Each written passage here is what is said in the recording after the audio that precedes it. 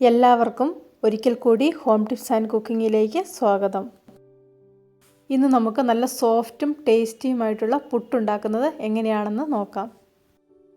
ഈ ഒരു രീതിയിൽ പുട്ടുണ്ടാക്കുകയാണെങ്കിൽ രാവിലെ ഉണ്ടാക്കിയ പുട്ട് വൈകുന്നേരം ആകുമ്പോഴും നല്ല സോഫ്റ്റും ടേസ്റ്റിയുമായിട്ട് ഇരിക്കും.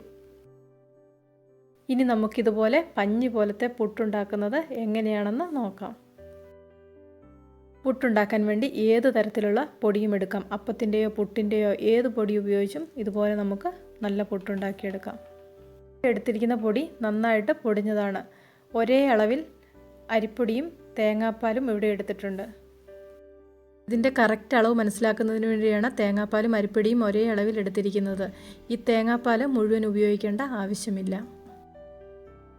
അരിപ്പൊടി ഇവിടെ ഒരു പാത്രത്തിലേക്ക് ഇട്ട് കൊടുക്കുന്നുണ്ട്. ഇത് നല്ല സോഫ്റ്റ് ആയിട്ടുള്ള അരിപ്പൊടിയാണ്. ഇതിലേക്ക് ആവശ്യത്തിനുള്ള ഉപ്പും കൂടെ ചേർത്ത് കൊടുത്തൊന്ന് മിക്സ് ചെയ്തെടുക്കാം. ഇതിലേക്ക് തേങ്ങാപ്പാൽ കുറേശ്ശെയായിട്ട് ഒഴിച്ചു കൊടുക്കാം. ഇത് ഒരുപാട് നന്നായിട്ടൊന്നും നനച്ചെടുക്കേണ്ട ആവശ്യമൊന്നുമില്ല. എല്ലാ ഭാഗത്തും ഒന്ന് തേങ്ങാപ്പാൽ ആക്കി കൊടുത്താൽ മതി. കുറേശ്ശെയായിട്ട് ആവശ്യത്തിനുള്ള തേങ്ങാപ്പാൽ ഇവിടെ ഒഴിച്ചു കൊടുത്തിട്ടുണ്ട്. ഇതിൻ്റെ അകത്ത് ഇപ്പോൾ നോക്കുമ്പോൾ കട്ടയൊക്കെ കാണുന്നുണ്ട്. അത് നമ്മൾ കൈകൊണ്ടൊന്നും ഉടച്ച് കളയേണ്ട ആവശ്യമില്ല.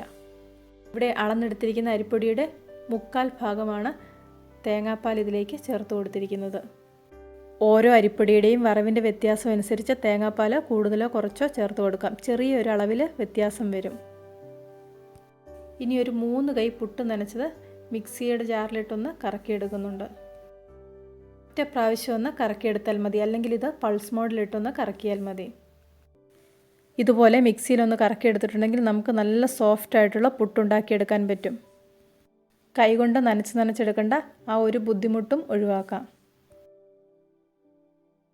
പുട്ടിന് നനച്ചത് 2 സെറ്റായിട്ട് ഇവിടെ ഒന്ന് കറക്കിയെടുത്ത് വെച്ചിട്ടുണ്ട്. ഇനി ഇത് പുട്ടുകുറ്റിയിലേക്ക് നിറയ്ക്കാം.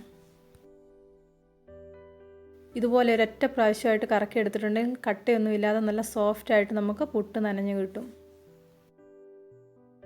നമുക്ക് പുട്ടുകുറ്റിയിലേക്ക് പുട്ടിൻ്റെ കൂട്ട് നിറച്ച് കൊടുക്കാം. കുറച്ച് തേങ്ങയും പുട്ടിന് നനച്ചതും മാറിയിട്ട് പുട്ടുകുറ്റി നിറയ്ക്കാം. ഓരോരുത്തരുടെയും ഇഷ്ടത്തിനനുസരിച്ച് തേങ്ങ ചേർത്ത് കൊടുക്കാം. സാധാരണ നമ്മൾ പുട്ടിന് നനയ്ക്കുന്ന സമയത്ത് കുറച്ച് തേങ്ങ ചിരകിയത് ചേർത്ത് കൊടുക്കാറുണ്ട്. ഇവിടെ ഇപ്പോൾ തേങ്ങാപ്പാലിലാണ് പുട്ടിന് നനച്ചെടുത്തിരിക്കുന്നത്. അതുകൊണ്ടാണ് വേറെ തേങ്ങ ചിരകിയത് ഇതിലേക്ക് ചേർത്ത് കൊടുക്കാഞ്ഞത്. ഇതുപോലെ തേങ്ങാപ്പാൽ ഉപയോഗിച്ച് പുട്ടിന് നനച്ചിട്ടില്ലാത്തവർ ഒരു പ്രാവശ്യം തേങ്ങാപ്പാൽ ഉപയോഗിച്ച് പുട്ട് നനച്ചൊന്ന് ഉണ്ടാക്കി നോക്കുക. നിങ്ങൾക്കിതിൻ്റെ ടേസ്റ്റ് നന്നായിട്ട് ഇഷ്ടപ്പെടും. മാത്രമല്ല ഇത് നല്ല സോഫ്റ്റ് ആയിട്ടുള്ള പുട്ടുമായിരിക്കും. പുട്ടുകുറ്റി ഉള്ളവർക്ക് പുട്ടുകുറ്റിയിൽ പുട്ട് വേവിച്ചെടുക്കാം. ഞാനിവിടെ ഒരു കുക്കറിൻ്റെ മുകളിൽ വെച്ചാണ് ഇതൊന്ന് വേവിച്ചെടുക്കുന്നത്.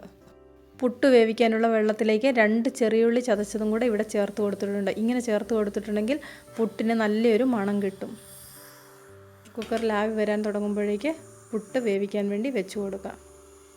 പുട്ടുകുറ്റിയുടെ മുകളിൽ കൂടി ആവി വന്നു കഴിയുമ്പോൾ ഒരു 3 മിനിറ്റ് മുതൽ 5 മിനിറ്റ് വരെ നമുക്കിതൊന്ന് വേവിച്ചെടുക്കാം. ഇവിടെ ഇപ്പോൾ നല്ല സോഫ്റ്റും ടേസ്റ്റിയുമായിട്ടുള്ള പുട്ട് റെഡിയായി വന്നിട്ടുണ്ട്. എല്ലാവരും ഒരു പ്രാവശ്യം ഇതുപോലെയൊന്ന് ഉണ്ടാക്കി നോക്കുക. നിങ്ങൾക്ക് ഈ പുട്ട് നന്നായിട്ട് ഇഷ്ടപ്പെടും. ഇന്നത്തെ ഈ പുട്ടിൻ്റെ റെസിപ്പി എല്ലാവർക്കും ഇഷ്ടപ്പെട്ടെന്ന് വിശ്വസിക്കുന്നു. ഇഷ്ടപ്പെട്ടെങ്കിൽ ഇത് നിങ്ങളുടെ ഫ്രണ്ട്സിനും റിലേറ്റീവ്സിനും ഒക്കെ ഷെയർ ചെയ്ത് കൊടുക്കുക. ലൈക്ക് ചെയ്യാനും മറക്കണ്ട. സബ്സ്ക്രൈബ് ചെയ്യാത്തവർ ആരെങ്കിലും ഉണ്ടെങ്കിൽ സബ്സ്ക്രൈബ് ചെയ്യാനും മറക്കണ്ട. പുതിയൊരു വീഡിയോയുമായിട്ട് വീണ്ടും കാണാം.